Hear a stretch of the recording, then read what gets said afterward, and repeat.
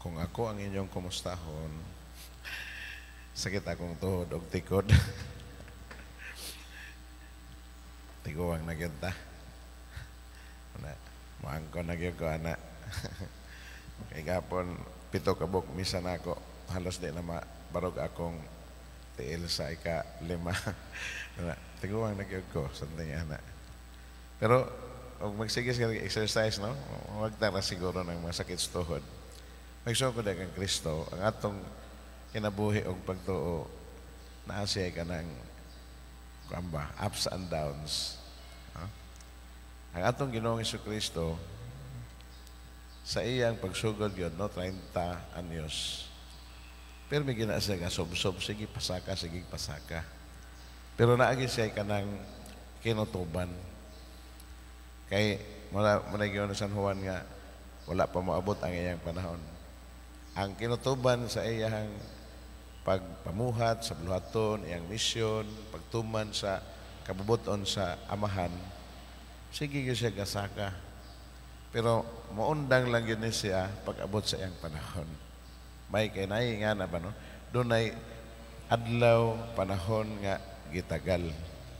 Pero watag kakuan nga murag nagsigig ups and downs ang atong Ginoo. Wala oy kay in a limited time pagsugod niya sub gina siya asang to na kay ang iyang concern kanang mahimo niya ang buluhaton nga gihatag sa amahan kaniya.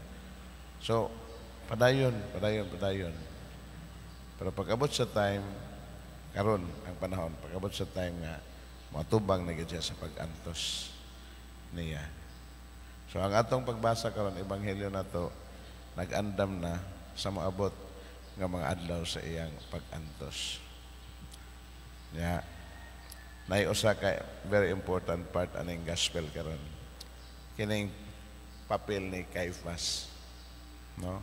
Siya ang pangulong pari ni atong tuiga. Na siya nakakita nga ang atong Ginoo dunay dako kayong panghitabo sa kinabuhi.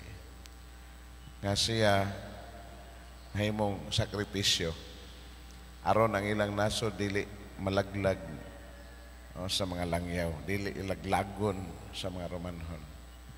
Kinahanglan siya ihimuon nga sakripisyo. Muna ang usa.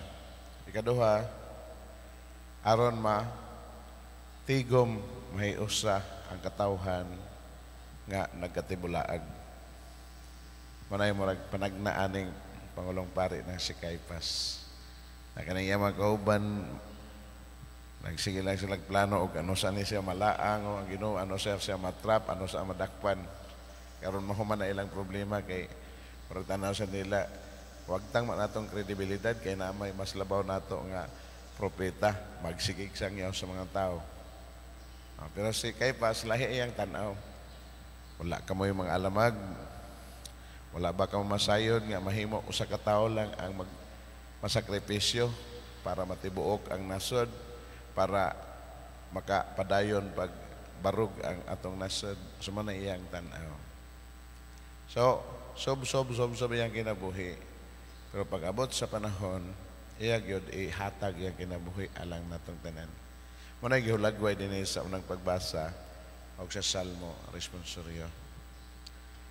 Ang Ginoo magbantay ka nato, maingon sa usa ka magbalantay nga nagbantay sa iyang panon.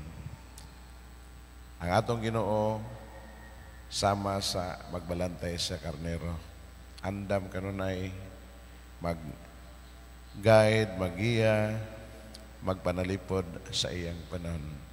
Og mas andam sad siya pagtahan sa iyang kinabuhi alang sa iyang panon. Hingana ang iyang kadako sa iyang gugma alang sa panon, alang kanatong tanan. So iyang kinabuhi dako kayo nga gasa alang kanato kay kung wala ang iyang kinabuhi niya ibuhis alang sa iyang panon, dili kita makabaton, makasinati niya ng dako nga pagpangga sa Dios sa atong kinabuhi.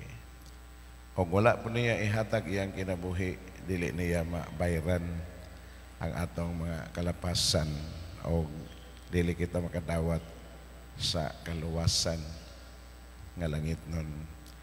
So atong sumban, atong pamalandungan, atong lantaon, unsa kadako ang gugma sa Dios nga ni kanato nga diha sa iyang bugtong anak iyang gipadangat, gipasinati dinhi kanato sa kamatayon sa atong Ginoong Jesucristo. Iyang gimatud-an ang iyang dakong gugma o kaluoy natong tanan.